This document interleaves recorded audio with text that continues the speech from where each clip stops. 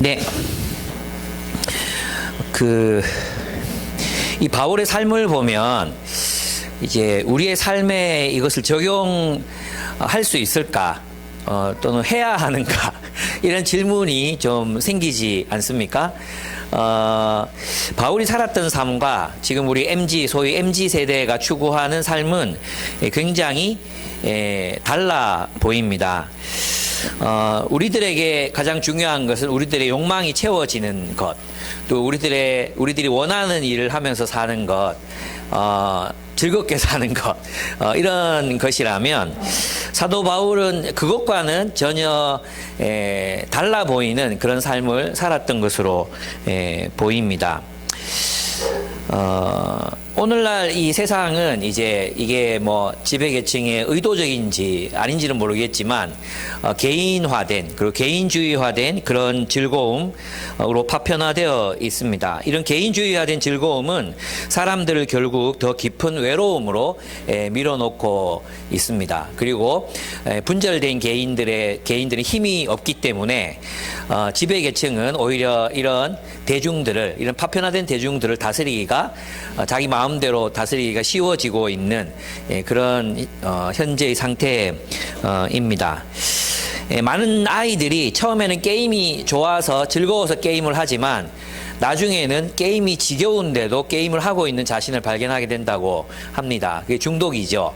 결국 세상이 주는 그 즐거움은 마치 나니아 연대의 얼음 마녀가 꼬맹이에게 줬던 가짜 사탕과도 같이 우리 입맛을 달콤하게 하지만 결국은 삶을 허무하게 만드는 그런 것과도 같아 보입니다. 사람들은 외로워서 쾌락을 찾지만 쾌락에 중독당하고 맙니다. 여러분 그 판타지 이제 중세나 뭐 이런 판타지 영화를 이렇게 보면 미녀들이 이제 어디 막 숲에 막 갔다가 이제 어떤 궁전 같은 곳을 만나게 되는데 이런 전설은 서양이나 동양이나 다 있는 것 같아요. 그래서 막 거기서 미녀들 만나서 거나한 술상을 대접받고 또 막 고기를 먹고 이러는데 그 중에 이제 한두 사람은 정신이 똑바로 들잖아요. 그래가지고 정신이 차리면 구더기를 막 먹고 있고 썩은 고기를 먹고 있는 자기를 발견하고 그 아름다웠던 미녀들은 사실은 마귀 할망구라는 것을 발견하게 되죠. 근데 이제 술 취한 친구들은 그걸 모르고 막 흥청망청 하다가 잠이 깨보니 결국은 이제 마귀 소굴이었다. 뭐 이런 거 다 많이 들어보셨죠. 그런 것처럼 오늘 우리가 살아가는 이 세상도 비슷한 것 같습니다. 우리가 세상의 흐름을 따라서 이런 즐거움 저런 즐거움들을 찾지만 과연 그것이 정말로 우리의 삶을 의미 있게 또 충만하게 풍성하게 만들어주고 있는가? 아니면 오늘을 살아가는 수많은 사람들을 더 많은 외로움으로, 더 많은 불안과 허무함으로 밀어놓고 있는 것은 아닌가? 좀 생각해 볼 필요가 있을 것 같아요. 바울을 보면 자기 자신을 위해서 살았다는 흔적은 발견할 수 없고, 오직 하나님의 나라와 복음을 알지 못하는 사람들, 또 하나님과 사람들을 위해서 자신의 삶을 드렸는데도 바울의 삶을 보면 굉장히 풍성했던 것을 볼 수 있습니다. 어쩌면 이렇게 충만하게 살아갈 수 있었을까 이런 느낌이 들지 않습니까? 그러나 정작 우리들에게 당신도 이제 바울처럼 살아볼 의향이 있느냐 이렇게 물어보면 그건 좀 아닌 것 같다고 생각하지 않습니까? 그게 우리의 또 현실 아닙니까? 네, 그렇습니다. 바울의 여정을 보면 굉장히 먼 곳을 여행했습니다. 한번 여기 보시면 에베소가 여기 있거든요. 여기 에베소입니다. 여러분 못 가보셨죠? 저는 여기 가봤습니다. 에베소에서 어디로 갔노? 이 위에 미안합니다. 여기가 에베소인데 요 위로 올라 이 마게도냐로 갑니다. 이거 옆에 놔둔 게 의도가 있었는데 이게 나 다 못 외운단 말이야. 예, 그렇죠. 예. 좋아요. 여기가 이제 쭉 올라가서 이 마게도냐 지역을 여러 교회들, 이제 개척된 교회들 다녔다 그랬잖아요. 갈라디아, 빌립보, 그다음 수많은 교회들 이렇게 다녀보고 밑으로도 왔어요. 그죠?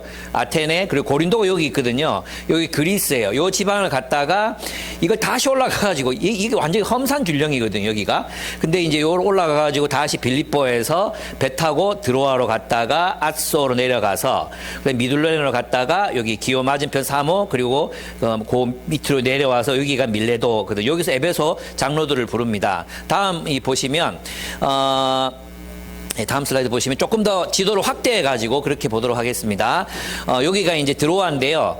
여기서 이제 제자들은 배 타고 가고 바울은 왜 육로로 갔는지 나와 있지 않습니다. 아마 가면서 생겨난 교회들을 아마 격려했던 것 같기도 한데 명확한 이야기는 나오지 않아요. 그리고 여기 우리 패세지, 우리라는 단어들이 나오죠. 누가가 합류해서 함께 다니고 있는데 김혜건 박사는 7명이라고 얘기하잖아요. 7명. 이 7명은 왕의 사절단을 구성할 때 7명을 구성해서 각 지역들을 순방했대요.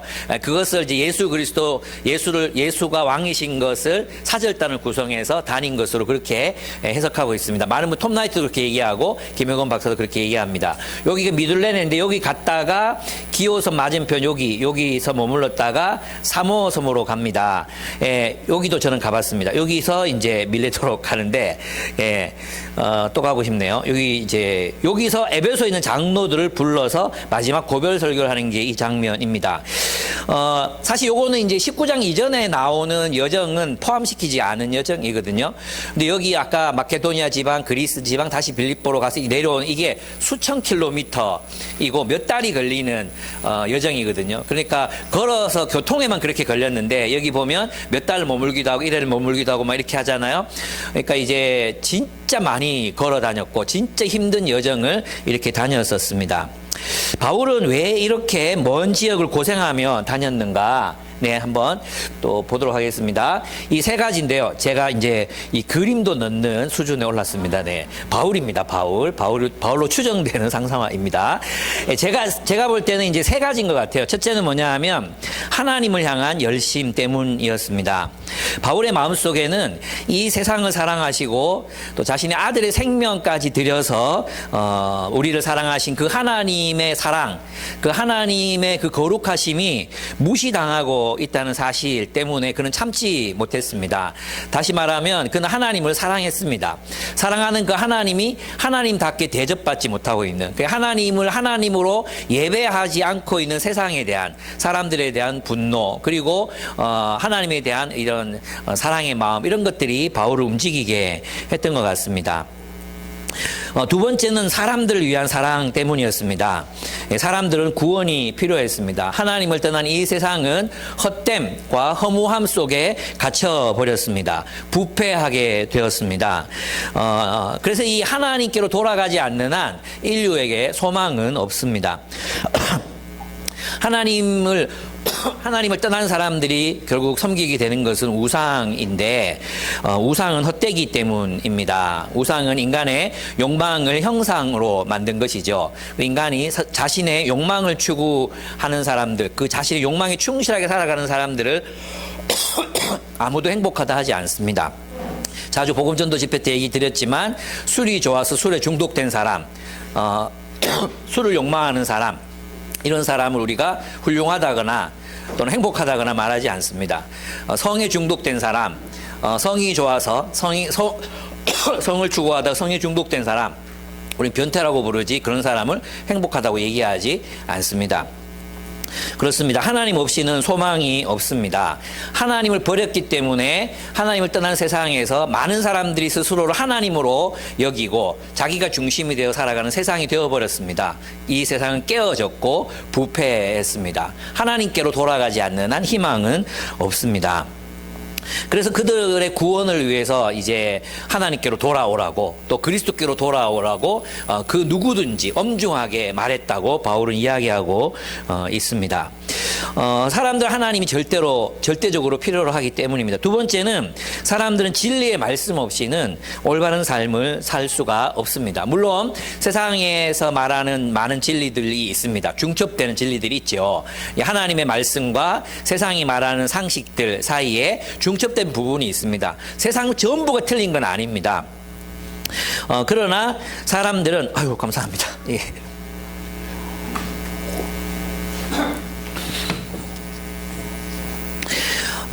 사람들 하나님의 말씀이 없이는 무엇이 선한 삶이고 지혜로운 삶인지를 제대로 알 수 없습니다. 제가 정말 좋아하는 이모당 얘기를 한 100번쯤 반복한 것 같은데, 그는 그 예수 그리스도의 진리를 만나기 전까지 뭐 서양 철학 그리고 뭐 불교, 유교, 도교 할 것 없이 모든 사상들을 찾아다녔지만 그것들은 다 촛불이었다고 말합니다. 함께 잠시 머물 수 있었던 촛불이었다. 그러나 그리스도의 진리를 만나고 그는 태양을 만난 것처럼 빛 가운데 거닐게 됐다고 이야기합니다. 그죠? 루이스도 그렇게 얘기했죠. 내가 하나님을 믿는 이유는 내가 태양을 믿는 것과 같다. 태양이 떠 있다는 것, 그것은 내가 보기 때문에 태양이 떠 있다는 걸 아는 것처럼 우리가 안다는 거죠. 하나님의 진리 때문에 우리는 압니다. 빛이십니다. 주님의 말씀은 빛이기 때문에 이 빛이 있으면 우리는 분별해서 살아갈 수 있습니다. 무엇이 선하고 무엇이 악한 길인지, 또 무엇이 올바른 길인지, 무엇이 지혜로운 삶인지, 무엇이 인간다운 삶인지를 우리는 하나님 말씀 때문에 알 수 있습니다. 바울은 이 진리의 말씀을 증거하고 싶었습니다. 그리고 이 진리의 말씀을 따라 살아가는 사람들을 찾고 싶었죠.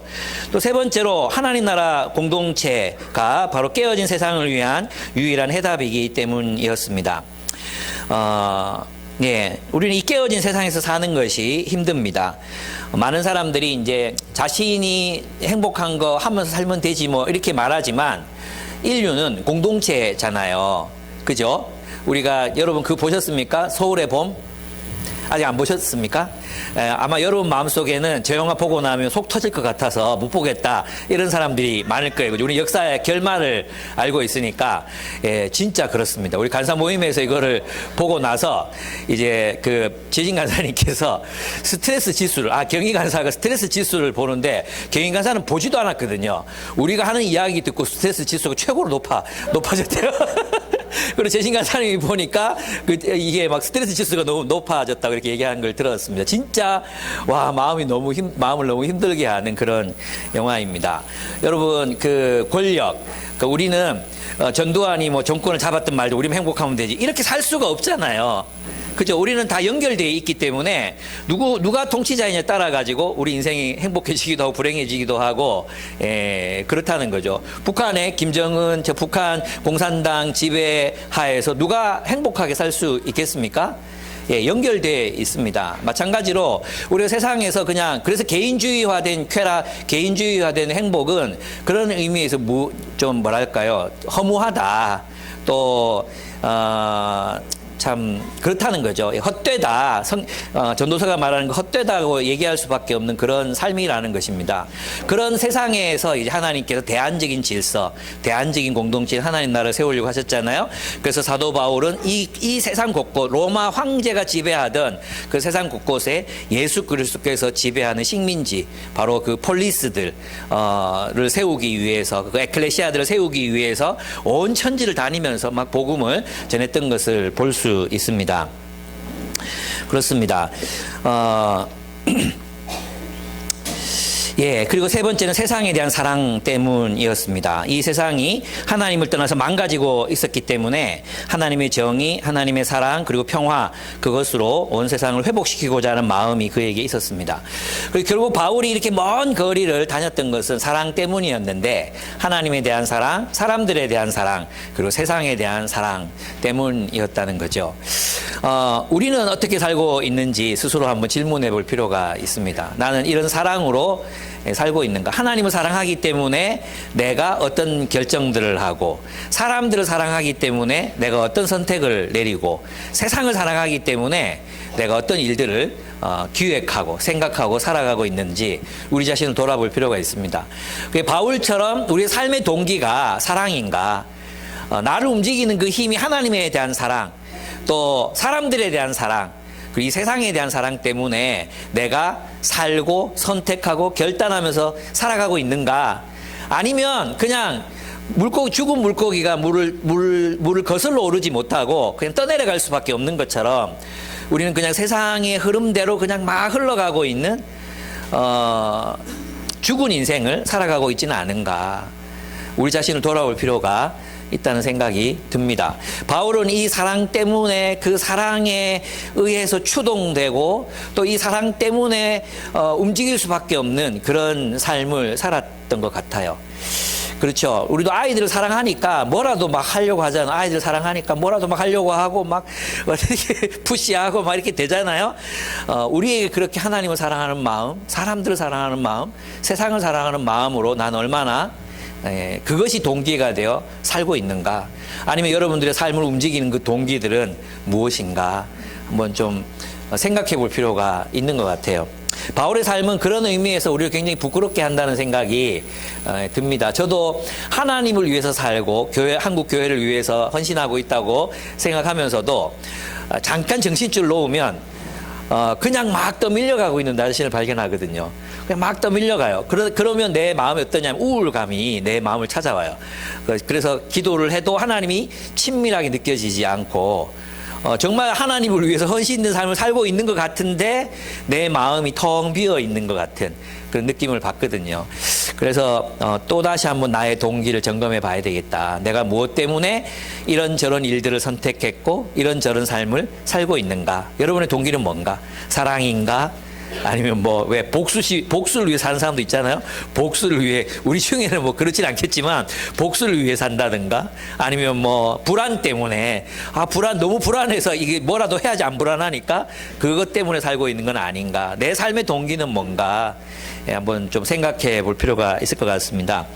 이제 오늘 여러분과 함께 나누고 싶었던 이제 본질적인 문제인데요. 다음으로 한번 넘어가 보시면 바울에게서 배우는 영적 리더십에 대해서 이제 함께 나눠보도록 하겠습니다. 여기 보면 여기 작아서 잘 안 보이는데요. Spiritual leadership is moving 그냥 좀 가만 놔둬라 괜찮다. Spiritual leadership is moving people onto God's agenda. 영적 리더십이란 하나님의 아젠다로 사람들을 움직이는 것이다는 거잖아요. 제가 정확하게 해석했습니까? 비슷하지 싶습니다. 그죠?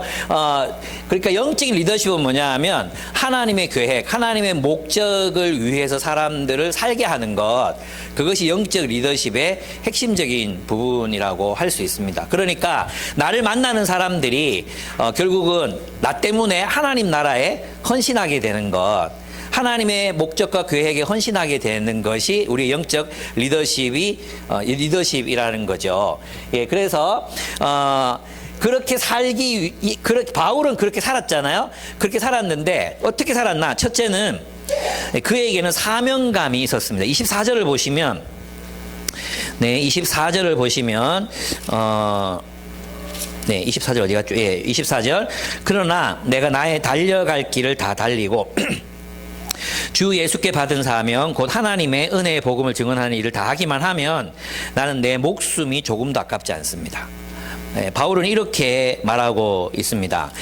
그에게는 수많은 고난이 있었습니다. 수많은 고난들이 있었죠.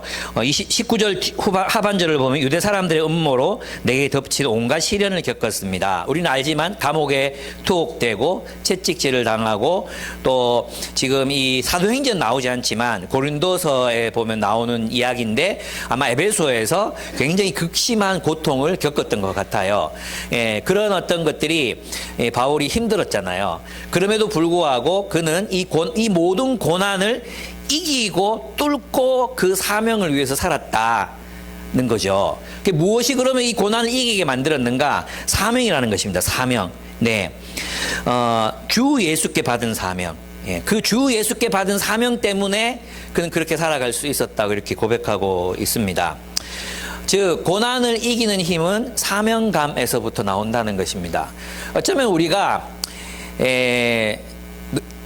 우리들이 어쩌면 좀 많이 약해지지 않았나 이 생각도 좀 드는 것 같아요. 조그만한 고난이 와도 우리 쉽게 좀 지치는 거 느끼지 않습니까? 조그마한 고난이 와도 좀 쉽게 지치고, 조그마한 반대나 혹은 조그마한 어떤 스트레스나 비난이나 이런 것들이 오면 그냥 이렇게 막 그냥 놔버리는 그걸 극복하고 싶어 하지 않는. 그래서 될 수 있으면 편안하고 기쁘고 즐겁게 주의 일을 하려고 하잖아요, 우리가. 그죠? 주와 같이 길 가는 것 어찌 뭐 즐겁지 아니한가 뭐 이런 가사들이 있잖아요. 근데 바울이 걸었던 길은 고난으로 점철된 길이었고 그 고난은 우리가 상상할 수 없는 종류의 고난이었습니다. 바울이 여기서 뭐 집에 한번 갔습니까? 그러니까 한마디로 말하면 퇴근을 하루도 못한 이런 상황이잖아요. 늘 힘든 상황, 일하면서 복음을 전해야 됐던 상황. 게다가 유대인들 동족들은 자신을 반대하고, 저는 이거 상상만 해도 정말 막 너무 힘들고 이 거리를 걸어 다녔다는 게 너무 힘들고, 아마 재신 간사님은 좋았을지 모르겠어요. 걷는 거 좋아하니까. 몇 명 이거 가라. 예. 근데 저는 이게 너무 어려웠을 것 같거든요. 진짜 막 낯선 거리, 낯선 사람들과 공동체를 세우고 막 이랬던 게 얼마나 힘들었을까. 그다음 뭐 중간에 도망가기도 하고 막 사람들이 이러니까. 근데 바울이 이걸 뚫잖아요. 그죠? 내 목숨 다해서 내가 목숨을 다 바쳐도 아깝지 않다 이랬는데, 우리도 이런 시절이 있었잖아. 그죠? 내가 죽어도 이 일 하다가 죽어도 좋다. 그죠? 이 일을 하다가 죽어도 좋다. 여러분, 이런 게 있었잖아요. 예. DPM 장소에 내 뼈가루를 뿌려라. 뭐 이런 게 있잖아요. 그건 정말 그때 제 진심이었거든요. 지금은 하지 않지만 저는 설교하다 죽고 싶습니다. 이거 제 진심이거든요. 근데 설교하다 죽으면 여러분 얼마나 트라우마가 생기겠어요. 그죠? 설교하다 죽어보면 누가 또 설교단에 서면 막 얼마나 힘들겠어요.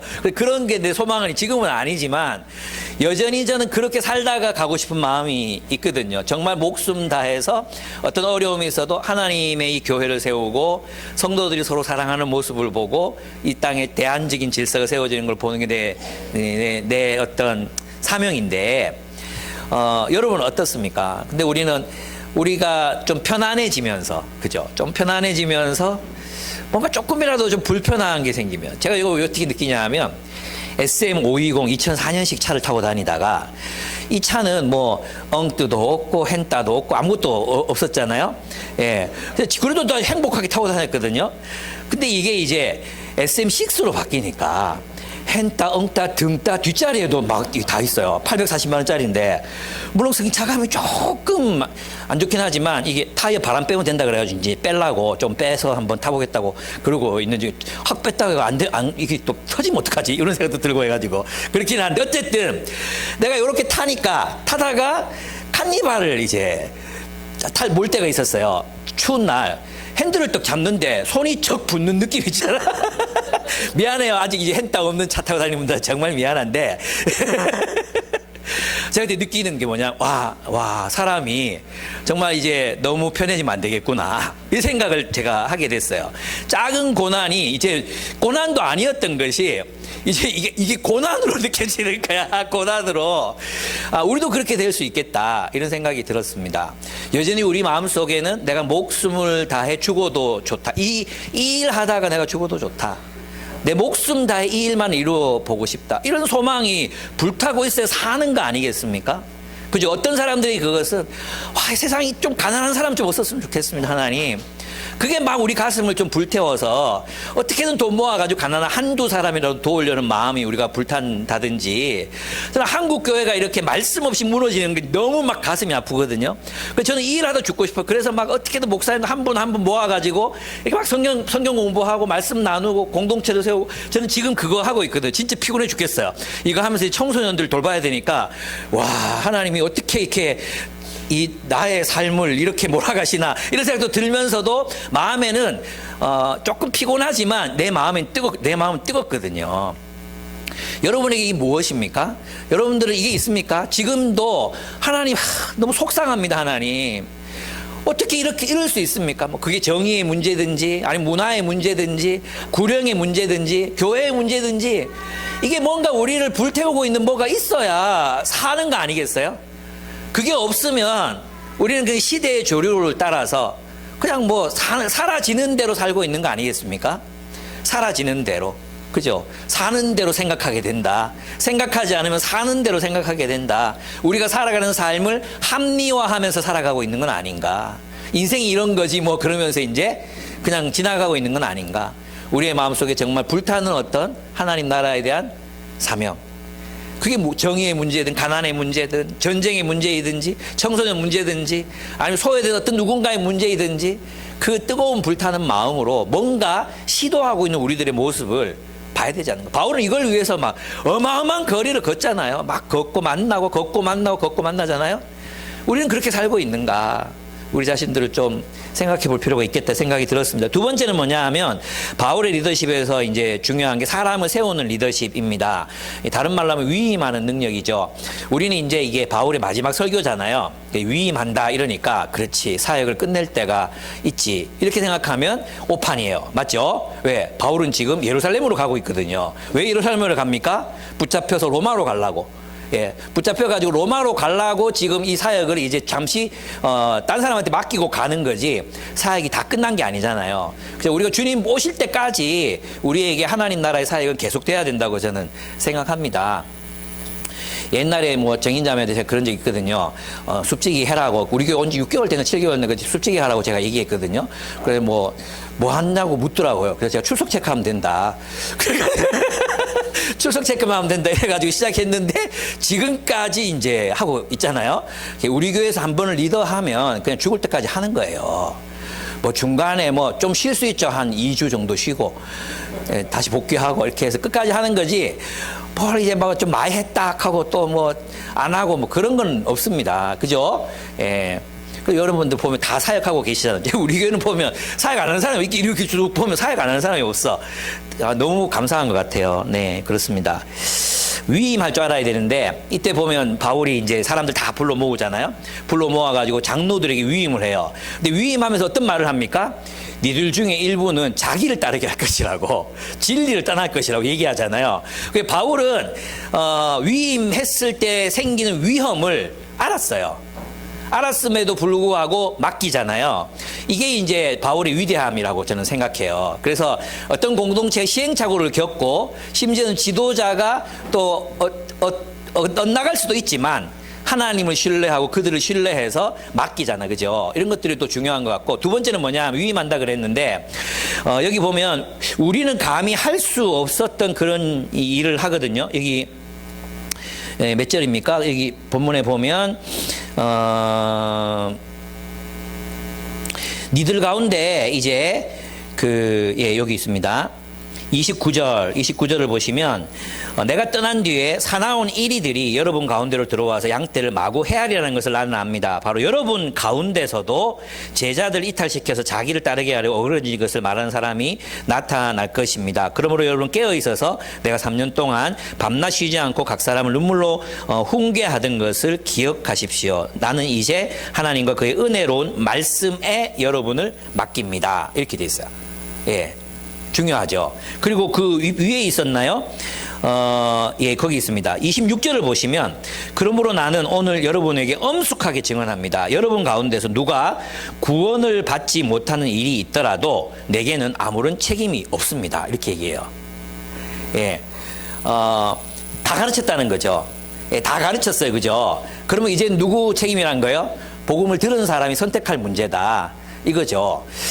저는 이게 참 대단해 보였어요.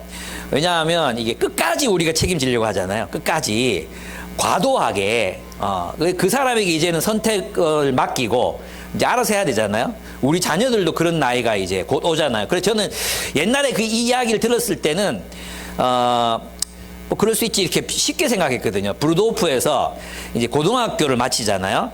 그러면 1년 동안 브루도프를 떠나게 해요. 브루도프를 1년 동안 떠나게 해요. 못 오게 해요. 그래서 그때는 지 맘대로 살아도 돼요. 지 맘대로. 교회를 가도 되고 안 가도 돼요. 그러면서 자기 혼자 스스로 선택을 하는 거예요. 그래서 다시 돌아와도 다른 교회를 가도 되는데 극소수의 사람들을 빼고는 돌아오고 또 다른 교회를 다니거나 이런 사람들이 많대요. 그중에 떠나는 아이들도 있다는 거예요. 우리의 자녀들의 문제나 또 청소년들의 문제도 비슷하다고 생각해요. 우리가 그동안 정말 신실하게 하나님 복음을 잘 전했잖아요. 그럼 네가 구원을 받든지 못하든지 그거는 나는 아무 책임이 없다. 네 책임이다. 이렇게 맡길 수 있어야 된다는 거죠. 그러나 마음은 아프죠. 마음은 아프고 기도하고 그래야 될 문제지만 우리가 한없이 어떤 사람들을 책임질 수는 없다는 것입니다. 예. 알 만큼 알아. 그리고 잘 가르쳤어. 그러면 책임지게 해야 돼요. 예. 그 사람의 선택에 맡기는 것. 이것이 바울의 위임에서 굉장히 중요한 좀 원칙이고 원리였다는 생각이 듭니다. 근데 우리는 이거를 못 끊어내죠. 못 끊어내고 마치 내가 끝까지 어떻게 하면 될 것처럼 생각하지만 실제로 그렇지 않아요. 때로는 냉정하게 너의 문제야. 네가 해결해야 돼 라고 떠나보내는 것이 그의 영적인 유익을 위해서 필요할 수 있다는 것입니다. 예, 위임할 줄 아는 능력, 이게 이제 특별히 자매들 이거 못하거든요. 예, 끝까지 막 어떻게 막 안달복달 막 이렇게 막 하잖아요. 그죠? 그때 어떻게 해야 돼요? 기도해야 돼요. 기도. 예, 애들도 마찬가지예요. 애들에게 대해서도 여러분이 집착하지 마세요. 예, 그거 그렇게 한다고 되는 거 아니라 그랬죠. 공부는 가장 많은 재능이 필요한 재능이다 그랬죠. 재능. 예, 예술, 운동 이거보다 더 많은 재능이 필요하다. 아시잖아요, 여러분. 여러분 스스로 경험해 봤잖아요. 예, 그런 건데 애들한테 너무 막 집착해가지고 애들 망치지 말자. 예, 뭘 해도 안 되는 시대니까. 뭘 해도 안 되니까 그냥 편하게 살게 해주자 이런 생각도 듭니다. 세 번째 뭐냐면 자신과 교회를 돌보는 돌봄의 리더십이었습니다. 28절에서 30절을 보시면 여러분은 자기 자신을 잘 살피고 양떼를 잘 보살피십시오. 예. 자기 자신을 잘 살피고 28절 개역개정을 보면 양떼를 위하여 삼가라 성령이 그들 가운데 여러분을 감독자로 삼고 하나님이 자기 피로 사신 교회를 보살피게 하셨느니라 이랬어요. 그러니까 이제 이게 리더십의 자질이죠. 먼저 누구를 잘 돌볼 수 있어야 돼요? 자기를 살펴라 그랬잖아요. 자신을 잘 돌볼 수 있어야 돼. 그러니까 셀프 리더십이 되는 사람이 교회를 세울 수 있는 것입니다. 자기 셀프 리더십이 되는 사람이 교회에 대한 리더십을 가질 수 있습니다. 그러니까 가장 중요한 것은 자신의 성장을 위해서 애를 쓰는 것입니다. 자기가 성장해야 돼요. 다른 사람을 돌보는 데는 굉장히 열심이면서 자신이 성장하는 일에는 게으른 사람들이 있습니다. 예. 그리고 다른 사람들이나 다른 공동체 문제들에 대해서는 예리하게 반응하면서 자기 자신에 대해서는 잘 모르는 사람들이 많이 있습니다. 우리 한국교회는 그런 사람들이 다 망치고 있습니다. 그래서 우리는 내가 어디까지 와 있나, 나의 어떤 면들이 누군가를 힘들게 하나, 이걸 계속해서 성찰해야 합니다. 이거 안 하면 우리 남을 돌볼 수 없어요. 삼가라 그러잖아. 삼가라. 자신을 살피라. 셀프 케어 할 줄 알아라. 셀프 리딩 할 줄 알아라. 이 말이잖아요. 셀프 리더십. 이거 얼마나 중요한지 몰라요. 셀프 리더십. 그래서 여러분이 스스로 누가 해주지 않아. 그래서 여러분 정말 셀프 리더십을 잘 발휘하는 사람들이 누구예요? 어떤 사람이냐 하면 동기가 많은 사람이 아니에요. 동기가 많은 사람이 아니라 자기를 강제적인 조건을 잘 만들어서 그 시스템 속에 잘 집어넣는 사람들. 그러니까 자기 어쩔 수 없이 할 수밖에 없도록 이게 그 조정하는 사람들이 셀프 리더십을 가진 사람이에요, 사실은. 그러니까 내가 말씀을 봐야 되는데 말씀을 잘 못 보겠잖아요. 그럼 함께 말씀 볼 수 있는 공동체 만들어 가지고 일단 돈 내놓고 시작하는 거예요. 10만 원 내놓고 한 번 못할 때마다 10만 원씩 까는 거죠. 예, 그리고 이제 한 만큼 받아가고 남은 돈으로 같이 고기 먹고 이렇게 이런 시스템을 만드는 것. 그래서 이제 어쩔 수 없이 할 수밖에 없는 이게 뭐냐면 자기를 아는 거거든. 내가 동기가 충만하다고 해서 이런 일을 하는 건 아니다. 이걸 아는 사람들이에요. 그래서 이제 리더가 되면 유리한 게 뭐냐면 리더들이 특별히 자기 관리가 특별히 잘 되고 막 또 잘 살고 막 그런 그 자기 충전이 되기 때문에 리더로 사는 게 아니잖아요. 맞죠? 리더 모임을 해야 되니까. 리더 모임을 해야 되니까 BSM 할 수밖에 없고 BSM 안 해오면 눈치 보이니까 하게 되고 이런 거지, 그죠? 리더 모임 딱 안 하면 그때부터 풀어져 가지고 막 안 하는 사람 저는 90%라고 생각합니다. 김유복이 내 설교 안 하면 성경 공부 안 합니다. 제가 안 읽습니다. 예, 설교해야 되니까 진짜 이번 일주일 동안 진짜 바빴거든요. 진짜 어제 우리 결혼 기념일인데 리더몸 해야 되고 씨. 진짜 막 바쁘단 말이에요, 이렇게. 근데 해야 해야 되잖아요. 그러니까 어떻게든 또 새벽에 일어나갖고 말씀 묵상하고 책 읽고 해야 된단 말이에요. 그게 우리를 살게 하는 거잖아요. 저는 그게 셀프 리더십이라고 생각해요. 결국은 내가 나의 게으름의 한계를 알고 막 동기부여하고 이거 안 돼요. 어쨌든 자기 자신이 할 수 있도록 자기 삶을 구조화시키는 능력, 자기를 성찰할 수 있도록 구조화시키는 능력이 여러분 모두에게 필요합니다. 아시겠죠? 그러니까 장사 없어요. 뭐 자기가 막 혼자서 막 뭐 용가리 통빼 이런 거 없어요. 예. 어쨌든 그런 걸 만들어 가실 수 있도록 하시는 게 필요합니다. 그리고 교회를 잘 돌봐야 돼요. 교회를 보살피라 그랬잖아요. 성도들을 보살피라 그랬어요. 잘 돌봐야 됩니다. 돌보려면 상황을 알아야 됩니다. 상황을 알려면 경청해야 돼요. 경청. 잘 돌보고 그들이 정서적인 필요, 경제적인 필요, 사회적 필요 이런 것들을 잘 돌볼 수 있는 여러분 되셔야 됩니다. 그래서 여러분이 눈치가 좀 있어야 돼, 그죠? 눈치가 좀 있어야 돼. 표정이 좀 어둡네. 뭐 때문일까? 이런 게 좀 있어야 돼요. 누군가 이렇게 언뜻 지나가면서 했던 이야기들 있잖아요. 그냥 뭐 무의식적으로 했던 얘기들, 요즘 뭐 조금 사는 게 힘드네요. 이랬으면 그걸 귀담아 들어야 돼. 경청하는 능력이 있어야 잘 돌볼 수 있습니다. 그리고 그걸 그냥 흘려보내지 말고 잘 경청했다가 나중에 물어보기도 하고 도울 수 있는 방법도 찾고 이렇게 하셨으면 좋겠습니다. 그 다음에 네 번째는 뭐냐 하면 말씀을 맡은 책임감입니다. 7절에서 12절을 보시면은 주간의 첫날, 요건 뭐 여러 설이 있지만 이제 주일이에요. 주일날 낮에 모였어요. 낮에 빵을 때리고 모였다. 이 성찬, 이 당시 성찬은 같이 먹는 거거든요. 같이 이제 식사하는 거예요. 식사. 그래서 우리가 함께 식사하는 게 다 성찬이에요. 성찬. 예, 그 성찬인데 때리고 모였다. 바울은 그 다음 날 떠나기로 돼 있어서 신도들에게 강론을 하는데, 강론은 지금처럼 이렇게 일방적으로 하는 게 아니라 주고받는 대화를 말해요. 다이알로그, 대화를 말해요. 그래서 바울이 이야기하면 거기서 성경 구절을 가지고 막 토론했다는 거죠. 그 토론이 밤새도록 이어졌어요. 그러니까 바울은 가르치는 일에 굉장히 열심히 있는 사람이었어요. 근데 이때 이제 유두고가 불을 많이 켜놓으니까 공기가 안 좋잖아요. 3층에서 앉아서 졸다가, 얘가 청년이라 그러는데 사실 8살에서 14살 사이 딱 우리 청소년들 그 나이거든요. 얼마나 지겨웠겠어요. 엄마 따라왔겠지. 그래가지고 이제 앉아있다가 그만 떨어져서 죽었어요. 우리 이제 청소년 모임에서 BSM을 하는데 한 자매 청소년이 이 BSM 적용을 하면서 설교 때 졸면 뒤진다 이렇게 생각했어요. 제가 그거 보고 너무 웃겨가지고 설교 때 졸면 뒤진다. 내가 설교 때 꼭 얘기해줄게. 이래가지고 오늘 오전에도 얘기했는데, 예, 설교 때 졸면 뒤집니다. 조심해야 됩니다. 근데 이 유두고에 대해서 이 누가가 그가 잘못했다든지 이렇게 얘기하고 있지 않습니다. 그 졸리면 좋은 거죠. 어쩔 수 없었어요, 그죠? 그런데 이제 바울이 이제 그를 끌어안으니까 다시 살아나서 그런 위로를 받았다 이렇게 돼 있는데, 바울이 얼마나 끝까지 하나님 말씀을 가르치려고 애를 썼는가 하는 것들을 볼 수 있습니다. 또 20절에도 보면 바울이 가르쳤는데, 예, 그들에게 유익한 것 모든 것을 가르쳤다고 기록되어 있죠.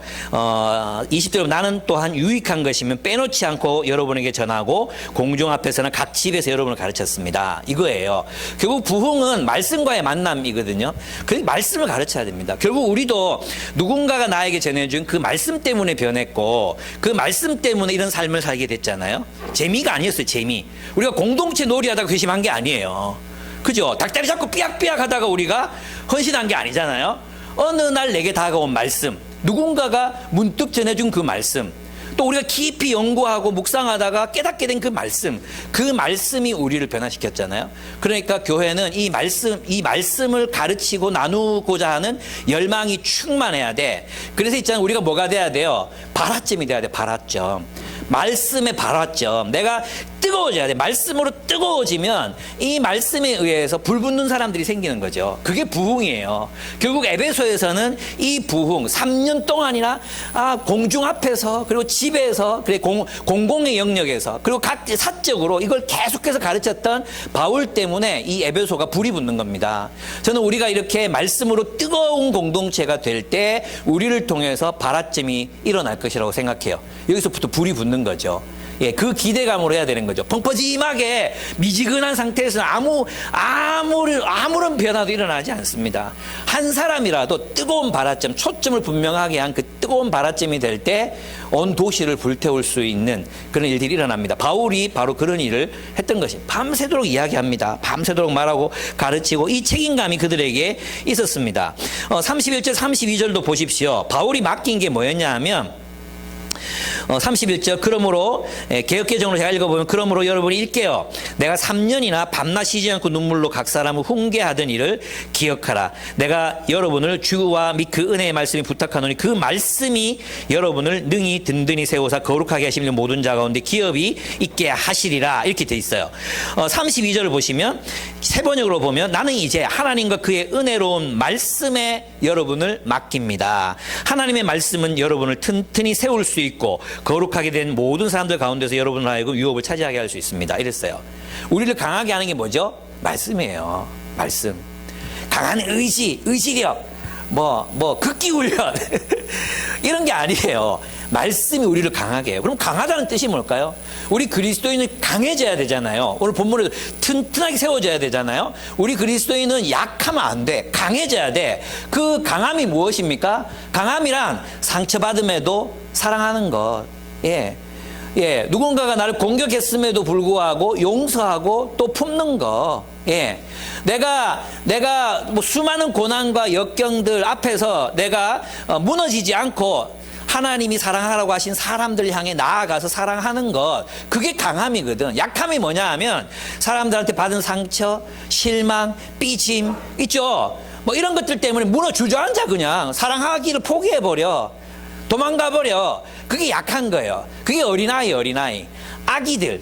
여러분은 어떻습니까? 아이 같은 신앙을 가지고 신앙생활 하고 계시지 않습니까? 강하십니까, 여러분?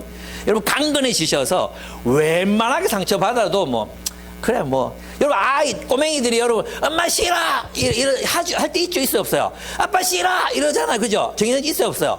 많죠. 극한다고 저거 나를 싫어한대 하고 막 문 닫고 들어가가지고 안 나오고 막 이러지 않잖아, 그죠? 우리가 강해져야 되는 거예요. 강해져야 이게 되는 거예요, 이게. 그렇게 보면 좀 사람들을 좀 서로 좀 그렇게 봐주자 이거예요. 아이고, 좀 투정하는구나. 아이고, 지금 아빠 싫어하고 있구나. 그렇게 좀 품어줘야 되는데, 아빠 싫어한다고 나도 네 싫다. 이러고 밥 안 줘 뿌고 있잖아요. 이러면 안 되는 거예요. 예. 제가, 우리 현은이가 이게 이제 수능 다 쳤잖아. 오전 수업하고 오거든요.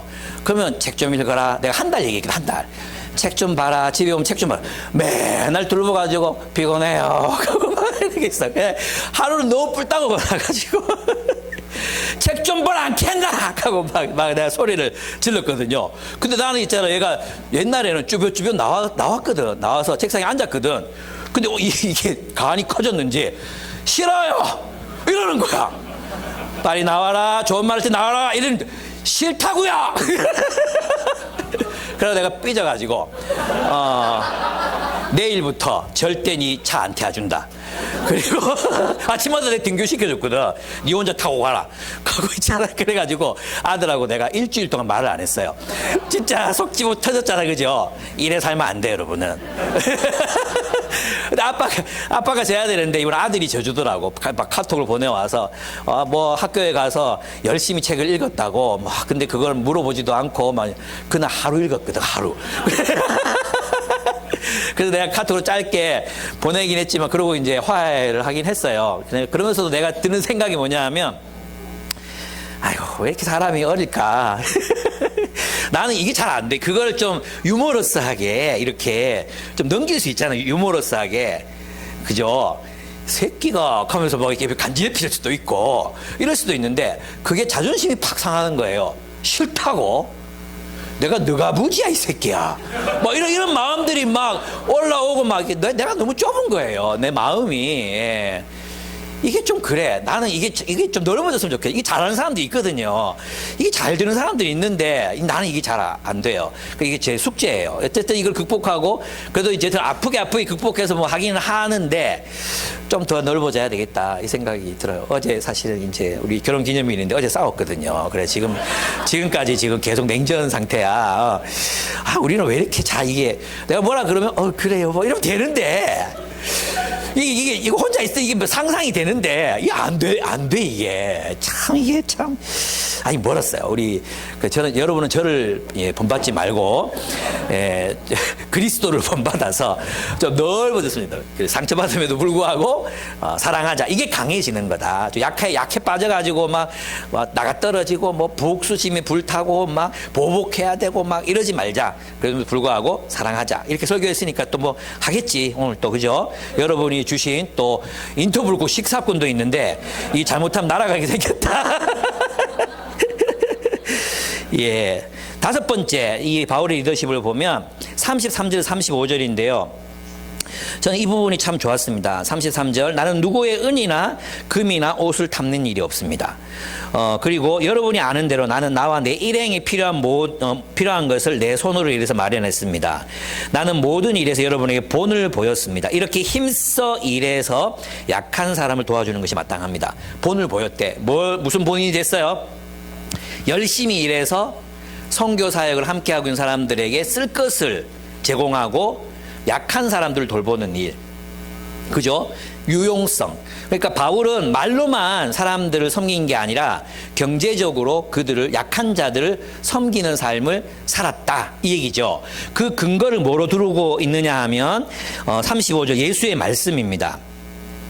그리고 주 예수께서 친히 주는 것이 받는 것보다 더 복이 있다 하신 말씀을 반드시 명심해야 합니다. 이렇게 돼 있잖아요. 이게 굉장히 중요한 부분이에요. 바울이 예수님의 말씀을 직접 인용한 것이 서신서에는 한 군데도 나오지 않아요. 근데 누가복음에서 누가의 입을 통해 바울이 이렇게 말했다고 나와요. 근데 이 구절조차도 복음서에 없는 구절이에요. 주는 것이 받는 것보다 복이 있다는 말씀이 복음서에 직접 인용돼 있지 않아요. 예, 찾아오시면 1억 드리겠습니다. 1억. 아니 100억 드릴게요. 100억. 없어요. 그런데 이 말씀이 그리스도의 가르침의 진수였다는 거예요. 바울이 알기에 초대교회가 이해하기에 예수 그리스도의 핵심적인 가르침이 뭐냐? 열심히 돈 벌어서 약한 자를 돕는 것, 사랑하는 것, 주는 것이 받는 것보다 복이 있다. 이것이 초대교회가 가지고 있었던 공통의 핵심 메시지, 예수가 말했던 핵심 메시지였다. 이거라는 거죠. 그 바울이 이걸 직접 인용하잖아요. 이것을 저는 굉장히 중요하다고 생각합니다. 그렇습니다. 우리의 리더십은 약한 사람을 돕는 유용성에서 나옵니다. 그래서 지도자들은 자기 재정으로 약한 사람을 도와야 돼요. 예. 이게 본을 보여야 돼, 본이. 이게 본이라는 거예요. 바울이 그 본을 보였다는 거죠. 그러면 우리 모두가 열심히 일하는 목적이 뭡니까? 약한 사람을 돕기 위해 일한다는 거예요. 약한 사람을 돕기 위해. 물론 그 약한 사람이 어떤 사람, 나다. 이렇게 생각할 수도 있지. 내가 그 약한 사람이야. 그런 사람들이 있다고 생각해요. 예, 생존에 꼭 필요한 돈이 필요하잖아요. 예, 그 돈은 또 성경에 보면은 외인에 대하여 단정히 행하려 함이라 그랬거든요. 그러니까 선교적인 목적을 위해서도 우리가 우리의 삶을 좀 단정하게 살기 위해서 돈을 벌어야 되고, 그죠? 덕을 세우기 위해서. 또 하나 뭐예요? 이웃을 섬기기 위해서, 특별히 약한 자들을 돌보기 위해서 우리는 일을 한다. 그러니까 바울의 생애는 한마디로 말하면 그냥 사랑으로 충만했던 인생. 이었다. 그래서 그것이 리더십으로 나타났다는 것입니다. 리더들은 그런 면에서 자신의 재정을 가난한 사람들 혹은 주변에 있는 사람, 약한 사람들이 흘려보내는 것, 이걸 잘 할 수 있는 사람이어야 합니다. 또 우리나라 사람들 제가 자주 얘기했죠. 뭐 누가 도움 준다 그러면 그걸 그렇게 자존심 상해해요. 여러분 자존심과 자존감은 다르다 그랬죠. 자존감 있는 사람들은 도움이 필요할 때 도와달라고 말합니다. 좀 도와주세요. 이렇게 말할 수 있는 사람이 자존감이 높은 사람이에요. 자존심이 강한 사람들은 정말 도움이 필요한데도 절대 말하지 않는 사람들이에요. 한국 사람들. 그죠? 제가 해병대 얘기했죠. 해병대는 있잖아요. 막 이 반찬 이런 거 콩나물국 이런 거 나오는데 부식 조사, 이 감사가 나올 때가 있어요. 부식 이런 거 조사가 나올 때가 있거든요. 그러면 물어요. 막 이렇게 밥 먹는 사람들한테 오늘 오늘 아침 점심 때 뭐 먹었어? 이러면 있잖아요. 콩나물 대가리 몇 개 떠 있는 콩나물국 먹었는데 다 아는데 그 조사로 나온 사람도 그걸 봐서 다 알아. 근데 이제 뭐라고 얘기하는지 아십니까? 소고기국 먹었습니다. 이래요. 네, 진짜로. 예, 저는 해군이었잖아요. 해병대 옆에 있으니까 알잖아요. 오늘 아침 내가 인마 반은 아닙니다. 소고기국 배 터지게 먹었습니다. 이게 해병대 정신이야 이게. 그러니까 있잖아. 굶어 죽어도 굶었던 소리 안 해. 막 콩나물국 먹어서 배가 고프면 이런 소리 못 해. 그게 한국 사람이야. 그 북한 봐, 북한. 저 다 굶어 죽어도 막 때린다, 막 행복이 확 쏴뿐다, 막 이런 사치 막 그죠? 이게 한국 사람의 특징이에요. 여러분 있잖아요. 그거는 하나님 나라 백성이 가지면 안 되는 자세예요. 도움이 필요할 때는 힘들다. 좀 도와주세요. 말할 수 있어야 돼요. 여러분도 있잖아요. 힘들잖아요. 그러면 이야기하세요. 안 하면 몰라요. 안 하면 모르니까 꼭 얘기하세요. 힘들면 얘기하세요. 예. 아시겠죠? 예. 얘기해야 됩니다. 나도 잘 못해요, 근데. 예. 그 약한 사람들을 돕는 유용성, 이게 바로 바울의 리더십이었다. 그래서 이 5가지를 좀 기억하실 필요가 있습니다. 고난을 극복하는 사명감이 있었고요. 또 위임할 줄 아는 사람을 세우는 능력이 있었고요. 그 다음에 돌봄의 리더십, 그 다음에 책임감, 말씀에 대한 책임감. 이 말씀이 사람을 강하게 세운다는 거 알았죠? 약한 사람을 돕는 유용성이 있었어요. 그럼 이거 해가지고 뭐 하고 싶었던 거예요? 이 리더십을 뭘 하고 싶었던 거예요? 교회 세운 거예요. 이걸 통해서 하나님이 통치하시는 공동체를 세운 거죠. 각각의 이 장로들을 세우고 또 말씀으로 이 공동체 세워서 뭐 하려고 서로 사랑하는 공동체, 그리스도의 계명을 따라 서로 사랑하는 공동체들을 온 유럽 땅에, 아시아 땅에 세우는 것이 바울의 목적이었습니다. 여기서 끝나는 게 아니었죠. 그죠?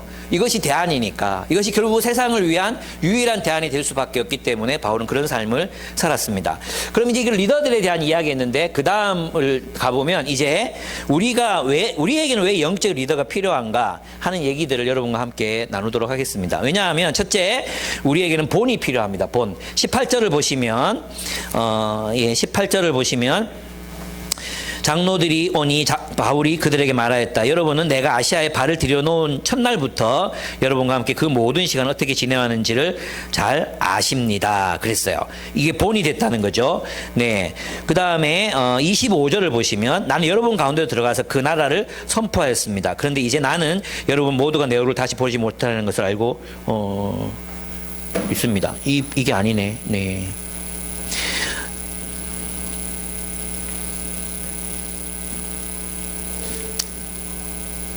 네, 못 찾겠어요. 예. 하여튼 본이 있습니다. 본. 왜 본이 필요하냐? 이 본은 뭐냐 하면 우리가 하나님 백성으로 살 때 누군가에게 배워야 되잖아요. 기독교 제자도는 도제예요. 도제.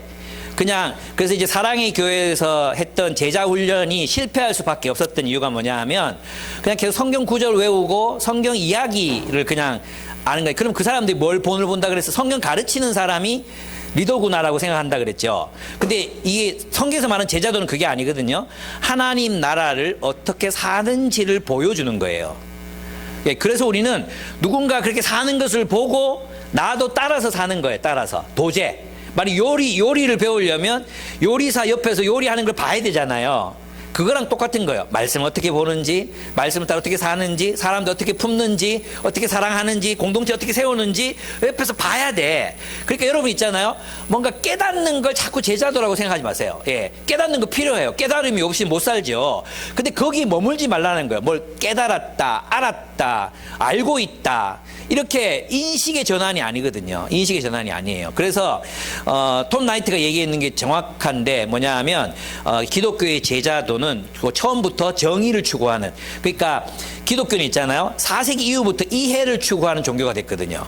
이해를 추구하는 종교, 이 기독교가 됐어. 근데 원래는 정의를 추구하는 공동체였거든요. 정의를 추구하는 공동체가 교회였어요. 그럼 정의롭게 살려면 뭘 봐야 돼요? 또 앞에서 살아간 사람들을 봐야 돼요. 그래서 여러분, 우리에게는 본이 필요해요. 그래서 여러분 있잖아요. 리더를 따르는 것에 대해서 여러분, 우리는 어떤 거부감 같은 게 있거든요. 우리 리더, 멤버 또는 따르는 자, 이끄는 자, 이런 것에 대한 거부감이 우리에게 있어요. 맞죠? 리더에게 리더의 말을 듣는다. 또 리더를 따른다 이런 말들이 굉장히 우리는 굉장히 어렵잖아요. 근데 운동선수들을 보면 코치의 말을 듣지 않으면 자세를 고칠 수가 없거든요. 그러면 좋은 기록이 날 수가 없어요. 그런 것처럼 여러분의 영적인 리더들을 잘 따르는 것이 굉장히 중요하다 이렇게 여러분 보셔야 됩니다. 제가 있잖아요. 요셉산지 뭐 요셉산지는 사실 요셉산지 많이 간 것도 아닌데 요수아산지 사람들이 보면 김종옥 목사님은 요셉산지만 사랑해 뭐 이렇게 약간 오해하는 경향이 있고, 요셉산지는 또 내가 떠난 것도 아닌데 자꾸 뭐 떠났다고 막 눈물 흘리고 막 이러는데, 그래서 모두 다 오해다. 모두 다 오해고, 그리고 이제 제가 한 형제한테 그런 얘기 들었거든요. 목사님 요즘 너무 바빠지셔가지고 이제 그렇지 목사님이 이제 대외적인 사역을 하셔야지, 한국을 위해서 큰 일을 하셔야지, 그래서 스스로 마음을 정리하고 나와의 거리를 일부러 멀리했다. 나는 그 친구 보면서 나 자꾸 마음이 왜 자꾸 나를 멀리하지 이런 느낌이 들어 너무 서운했거든요.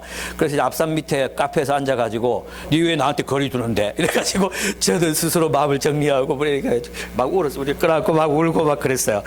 예. 저 그게 좋아요. 예. 저는 있잖아요. 내가 아무리 유명하게 큰 교회 가서 설교하고 뭐 해봤자 여러분과의 관계가 멀어지면, 여러분이 저에게 거리를 두면 저는 인생 헛살았다는 느낌이 너무 들거든요. 허무해요. 예. 저는 지금 자주 만나지 못하지만 여전히 여러분들 사랑하고 있고 여러분 만나고 싶고, 예, 그래요. 예, 그래서 여러분 있잖아요. 거리 두지 말고, 거리 두기 절대 하지 말고, 예, 좀 친하게 잘 지냈으면 좋겠습니다. 네, 그래서 본이 있어야 된다, 본. 나는 이분을 따라가겠다. 그래서 여러분 있잖아요. 좀 쉬운 본들부터 있잖아요. 예, 따라가는 거죠. 그러다 보면 여러분도 누군가의 본이 됩니다. 우리 누군가를 따름으로 또 따라요. 여기 보면 요거는 좀 키워주십시오. 요 코끼리 그림. 요거 좀 키워주십시오. 예. 키워달라 할 때 안 켜. 예. 여기 보면 a good leader was once a good follower. 예. 아시겠죠? 예. 이게 아프리카 속담이네. 이 코끼리 한 마리가 쫙 새끼들 데리고 쫙 가잖아요. 이게 따라가 본 코끼리는 나중에 큰 코끼리가 돼서 또 다른 코끼리를 이끄는 코끼리가 될 수 있습니다. 그래서 여러분 따르는 것에 대해서 자존심 상해하지 마시고 보고 배우기를 애쓰시는 여러분들 되셨으면 좋겠습니다. 두 번째는 가르침입니다. 우리 배워야 됩니다. 계속 끊임없이 배워야 돼요. 나이가 들어서 이 나이에 내가 뭘 배우겠다고 뭐 이런 사람도 있거든요. 목사들 중에도 목사가 무슨 설교를 배우러 다니냐고 이런 사람들이 있어요. 딱 각이 나옵니다. 딱 그분이 하시는 목회 각이 딱 나오거든요.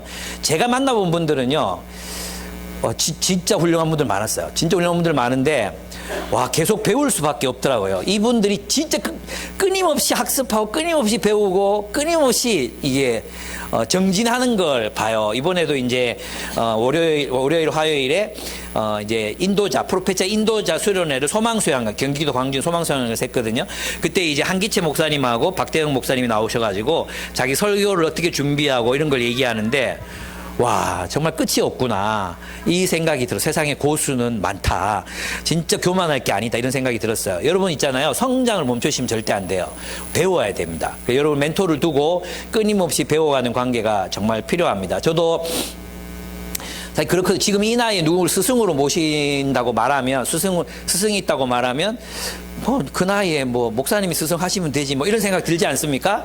근데 최근에 만난 분들 중에 저는 이제 실명 그렇지만 박용원 목사님, 그리고 김기현 목사님, 그리고 우리 누구지 김관성 목사님, 이렇게 세 분을 만났는데 이 세 분한테서 저는 많이 배워. 김관성 목사한테는 사람을 어떻게 저렇게 사랑할 수 있을까? 끝까지 신뢰하고 이렇게 할 수 있어. 이런 걸 많이 배워요. 박용원 목사님은 정말 배울 게 많은 분이에요. 김기현 목사님 여러분 말하지 않아도 아시잖아요. 정말 이분 앞에만 서면 책 읽어야지. 늘 도전을 받고 또 그렇거든요. 또 정말 한두 사람이 헌신해서 정말 끝까지 사랑하시는 능력이 있는 그런 분이에요. 여러분 우리가 이렇게 가르침을 받아야 돼요. 그분들이 직접 안 가르쳐도 배울 수 있는 게 있어요. 그래서 우리가 이런 리더들을 가지는 것이 정말 필요하다 생각이 듭니다. 그리고 만나자고 말하는 걸 겁내지 마십시오. 여러분 자꾸 제가 전화하면 왜요? 이렇게 말하지 마세요, 제발. 왜요? 내가 잘못했습니까? 이런 게 하지 말고 자주 보면 좋겠습니다. 세 번째, 돌봄입니다, 돌봄. 우리는 돌봄을 받아야 됩니다. 케어를 받아야 됩니다. 여러분 아시죠?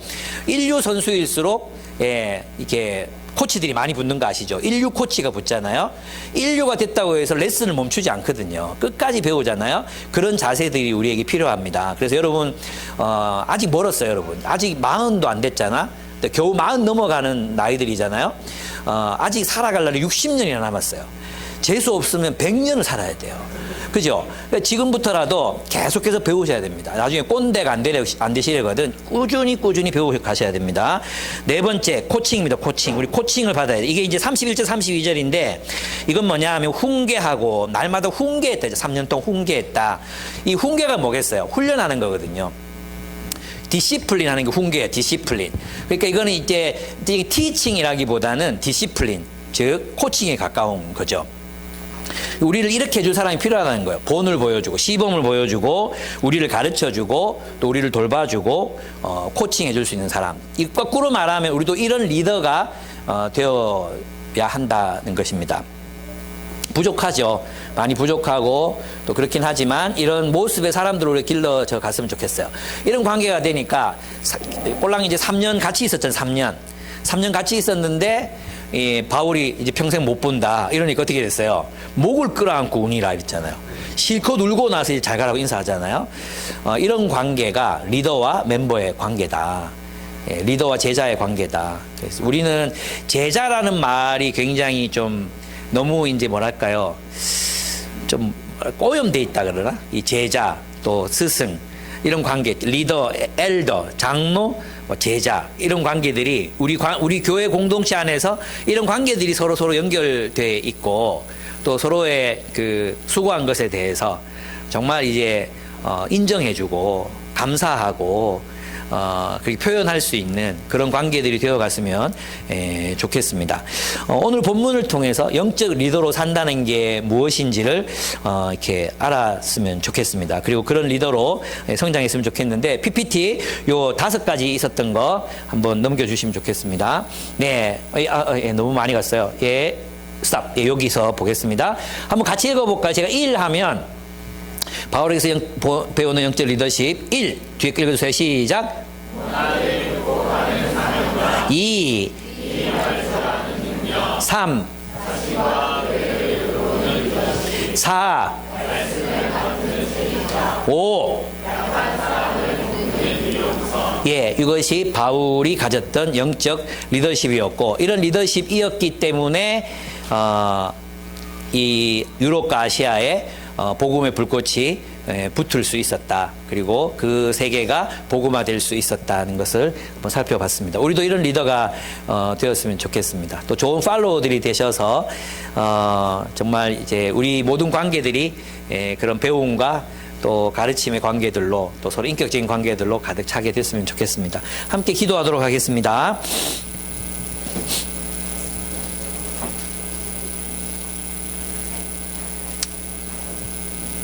네, 바울의 삶을 살펴봤는데 저는 서론에서 우리가 이 현대인들이 추구하는 삶을 대비 한번 해봤어요. 그죠?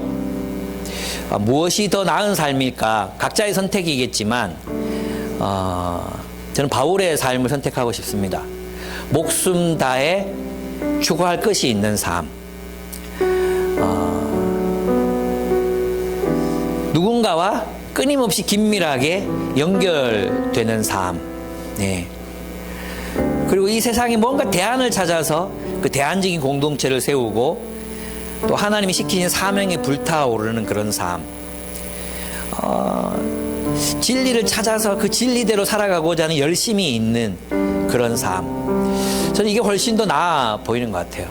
맨날 게임이나 하고 뭐 맨날 뭐 자기 좋아하는 거 하고 뭐 있죠. 그 삶보다는 물론 그게 이제 중첩되는 부분이 있겠지만 우리 스타 이런 그것도 중첩되는 부분이 분명히 있겠지만 그것도 하나님 안에서 그런 좀 불타오르는 삶, 마음에 뭔가 추구할 것이 있는 삶, 그걸 향해 달려가고 있는 삶, 그 삶이 훨씬 나아 보입니다. 헌신이 있는 삶, 충성스러움이 있는 삶. 분명히 이 세상은 성경이 말하는 가치와는 너무나 다른 인간상을 우리들에게 제시해주고 있는 것 같아요. 네, 나는 바울처럼 살아보고 싶습니다. 여러분도 동일한 결단을 하셨으면 좋겠습니다. 함께 하나님 앞에 기도하겠습니다.